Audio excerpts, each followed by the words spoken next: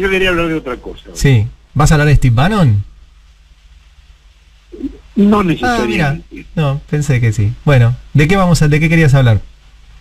Quería hablar de dos cosas, de la situación del candidato a la Procuración General Daniel Rafecas Sí. y de la renuncia de la viceministra de Educación Adriana Puigros. Bien. Rafecas dejó trascender que no está dispuesto a ser designado procurador si se modifica la mayoría necesaria para el acuerdo en el Senado. Veamos los datos básicos. La Constitución dice que los jueces de la Corte necesitan el acuerdo de 2/3 del Senado. En cambio, no dice nada sobre el procurador. Eso está arreglado por una ley. Y la ley, a ejemplo de lo que ocurre con la Corte, plantea también 2/3.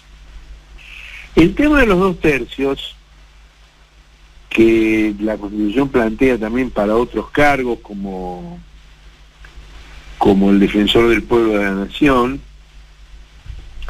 es una cláusula que empuja, digamos, a las fuerzas políticas a la negociación y al acuerdo.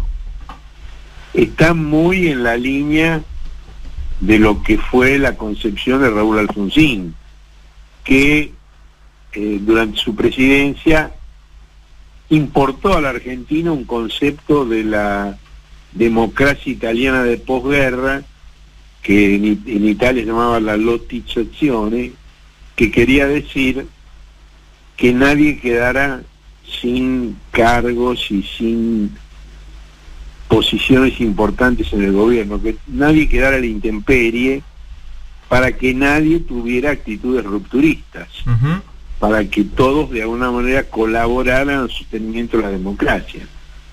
Ahora, ese experimento en Italia terminó horriblemente mal, terminó con el mani pulite, porque estaban todos de acuerdo para meter la mano en la lata. Claro. Y digamos, por supuesto esa no era la idea de Alfonsín, que era una persona decente.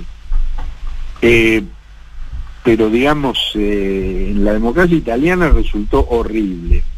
Bueno, hay varios puestos, varias posiciones que requieren los 2/3 en la Argentina. Ahora, hace años que eso no se consigue, porque lejos de la lotización, la política argentina está muy confrontativa. Y por ejemplo, durante los 4 años de su presidencia, Macri no pudo conseguir la designación de la Procuradora General Inés Weinberg de Roca, que había enviado al Senado.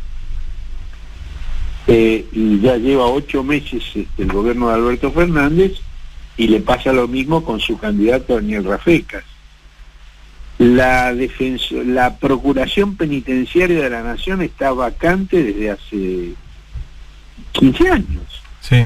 Está prorrogado el mandato del procurador Muñolo, porque no hay acuerdo para designar al sucesor. Lo mismo pasa con la Defensoría del Pueblo de la Nación. Claro, te iba a decir exactamente eso, que está vacante desde el 2008, creo, o 2005, un montón de años.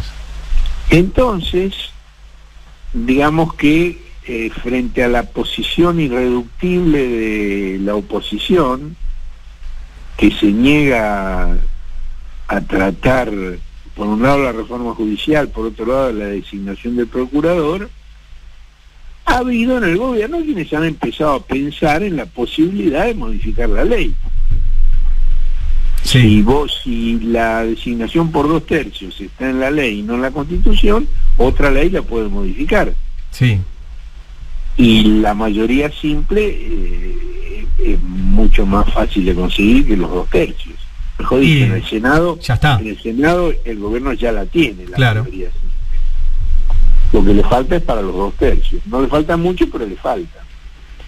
Ahora, frente a esto, Rafecas hizo saber que no está de acuerdo con eso. Pues no es solo Rafecas que no está de acuerdo. Un sondeo rápido entre los miembros del Consejo Consultivo para la Reforma Judicial, que tiene entre los temas de tratamiento la situación del Ministerio Público Fiscal y de la Defensa, es decir, de la Procuración General, tampoco están de acuerdo.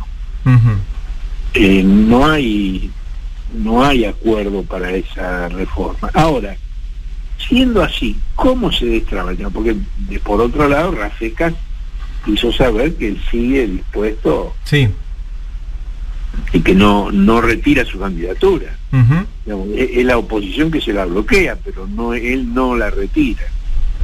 Bueno, frente a esto, a mí me parece que hay una solución política inteligente y que además coincide con un diseño institucional apropiado, que sería ponerle término al mandato del procurador. Que en vez de ser vitalicio, el procurador durara en su cargo 5 años con una posible reelección, o 7 u 8 sin reelección posible. Sí. Era algo que proponía el macrismo cuando estaba Alejandra Gil Carbó, que decían que tenía que haber un límite. Claro, el macrismo lo proponía, a Rafecas no le parece mal, él está de acuerdo con eso. Y además eso podría ser un precedente para una futura reforma constitucional que aplicara el mismo criterio a los jueces de la Corte, porque los mandatos vitalicios no son muy democráticos, que digamos. Digamos, en Estados Unidos, que es de donde se ha importado esto, funciona así, con un criterio contramayoritario.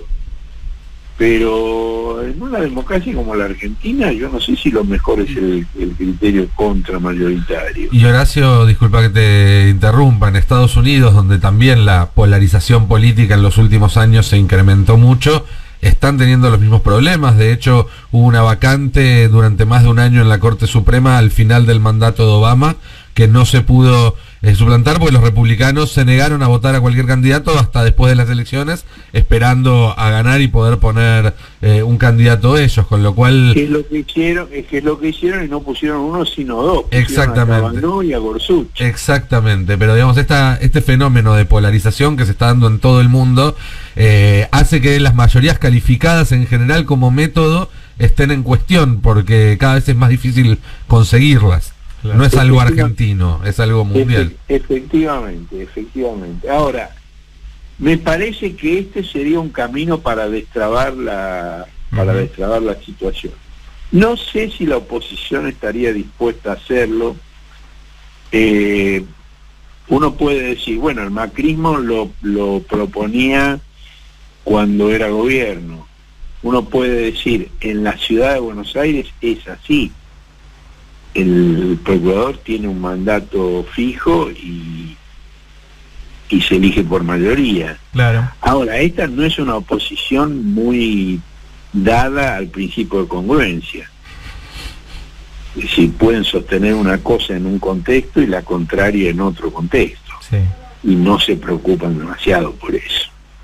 Bueno, este tema me parece que es un tema importante. Yo tengo la impresión, por algunas conversaciones que he tenido con algunas personas y con el propio presidente, que Alberto Fernández no quiere modificar la mayoría calificada.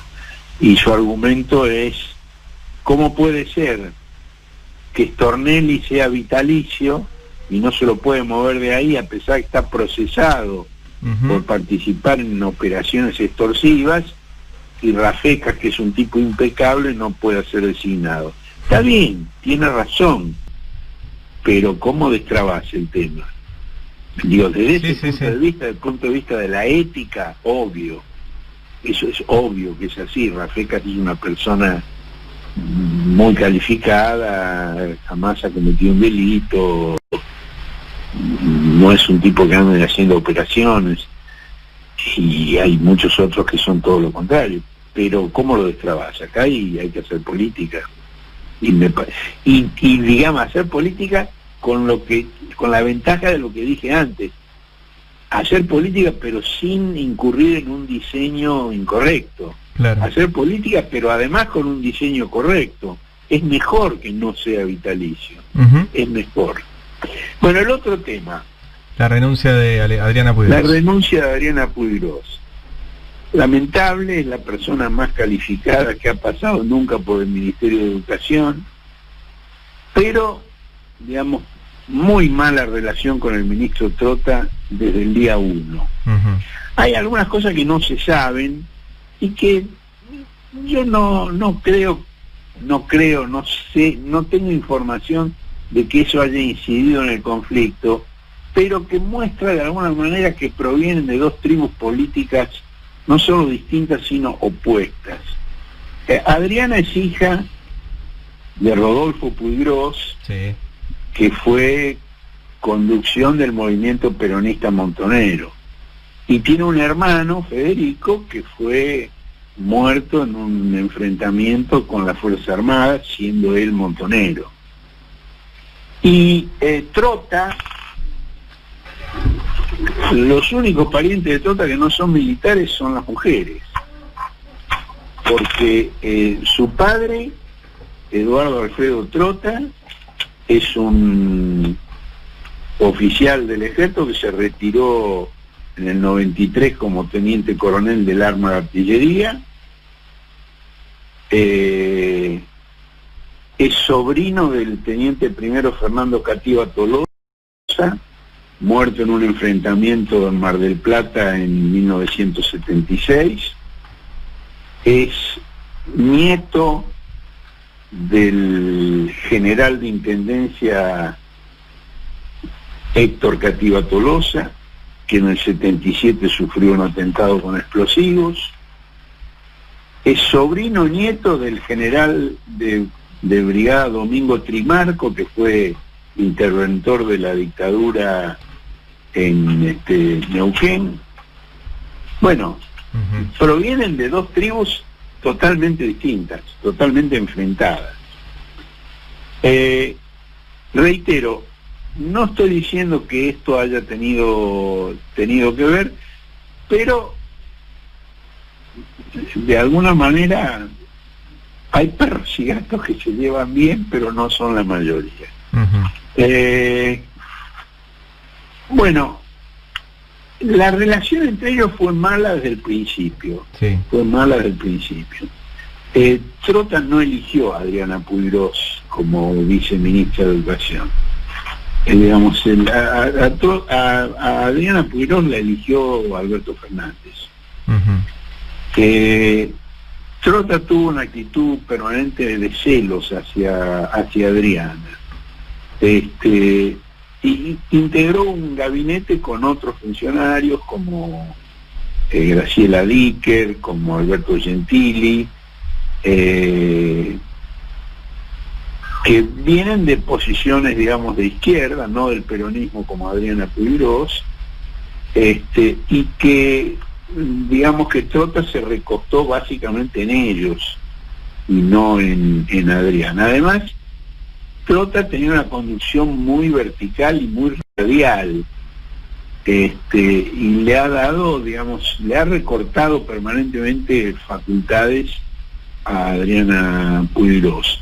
Además, Adriana ha sido asesora de Cetera, tiene una relación privilegiada con los sindicatos, y en cambio Trota tiene una posición muy antisindical, muy de tipo patronal, y es conflictivo con los sindicatos.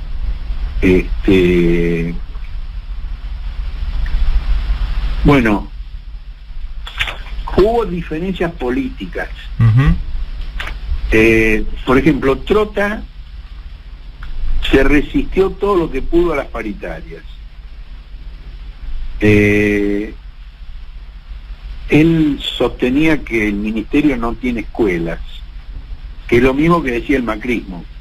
En consecuencia, no tenía que haber paritaria nacional. que es lo mismo que sostenía Esteban Bullrich cuando fue ministro de Educación, ¿recuerdan? Así es. Sí. El pintado, ¿no? Sí. La ley de educación que establece que tiene que haber paritarias nacionales sigue vigente, ¿no es cierto? El macrismo no Sí, pudo claro. Por derogarlo. supuesto que sí, Ah, por supuesto. Y además dentro del ministerio hubo también otros funcionarios como Jimmy Persic, Sí. que sí querían la convocatoria paritaria. Es decir, Trota lo que quería era simplemente dar un bono de 5.000 pesos, y no, pero finalmente tuvo que dar la paritaria. Ahí Jimmy Persic y Adriana lograron, y sobre todo Cetera, la movilización de los trabajadores, ¿no? Ujú. Después, por ejemplo, quitó las horas extra y las unidades retributivas a todo el personal del ministerio, que son los salarios forman los salarios de las categorías más bajas. Ahí Adriana firmó horas extras sin autorización de Nicolás. Bueno, finalmente él aceptó que se pagaran, pero las redujo a 1/3. Después, no renovó contratos del personal. Demoró pagos a los equipos técnicos del ministerio, mientras se gastaron millones en publicidad. Esto generó una situación, digamos, de constante inestabilidad, con conatos de paro, con asambleas constantes. Después, el macrismo eliminó las direcciones de nivel. Había 3 direcciones de nivel: inicial, primario y secundario, y de modalidad: adultos, artística, aborígenes, etcétera, y la dirección de educación privada, porque al macrismo no le interesaban las escuelas privadas. Digamos, la política del macrismo no era las escuelas privadas, sino la tercerización de funciones del ministerio con empresas y con fundaciones. Ujú. Bueno, Trota no quería reponer esa dirección. Y ese fue uno de los motivos de pelea con Adriana, que apeló, digamos, a instancias superiores y finalmente lo consiguió, pero en medio de un tironeo constante con el ministro. Bueno, después no quería que Adriana y ningún otro miembro del ministerio diera entrevistas públicas. El único que podía hablar era el ministro. Ujú. Le fue recortando todas las funciones a Adriana, le quitó la formación docente, la biblioteca del maestro.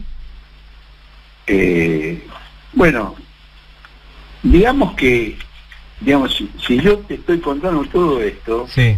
no es porque lo averigüé ahora que la situación estalló, Ujú. sino porque venía acumulándose Claro. a lo largo de los 8 meses. Y sabíamos que estaba pasando eso. Nosotros le hicimos una entrevista en el Cohete a la Luna a Adriana, donde si bien no fue explícita en este sentido, bueno, concedió la entrevista al Cohete a pesar de la prohibición de Trota. Claro. Claro. Prohibición que el gobierno no conocía. Yo se lo comenté a Alberto y Alberto dijo que es una locura. ¿Cómo va a prohibir eso? Y nosotros le hicimos el reportaje a Adriana, a pesar de la prohibición de Trota. Sí. Es una de las personas más reconocidas en el ámbito de la educación argentina. Adriana, pero por supuesto, ha escrito docenas de libros, es una investigadora, una estudiosa, una pedagoga, nunca hubo alguien tan capacitado como Adriana en el Ministerio de Educación. Ujú. Sí, ayer Así con los que- maestros que hablé estaban muy tristes. Consternados. Sí, sí, por eso, es como eso, una maestra para los maestros, y bueno, estaban contentos Sí, que estuviera además, ahí, digamos, y- con una concepción que representa, valores populares y no elitistas. Y aquí, el conflicto de fondo es entre la participación popular y el elitismo tecnocrático. Claro. Sí, una lástima. O sea que es una pérdida salida. lamentable, Sí. para el gobierno nacional. Hay muchas versiones de que Alberto le va a ofrecer otra cosa, Adriana, Ujú. pero bueno, ¿por qué Trota tiene la banca que tiene, no? Sí.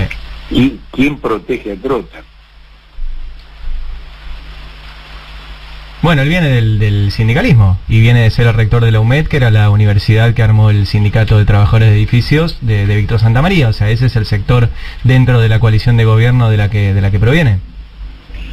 Bueno, tal vez esa sea la explicación. Ujú.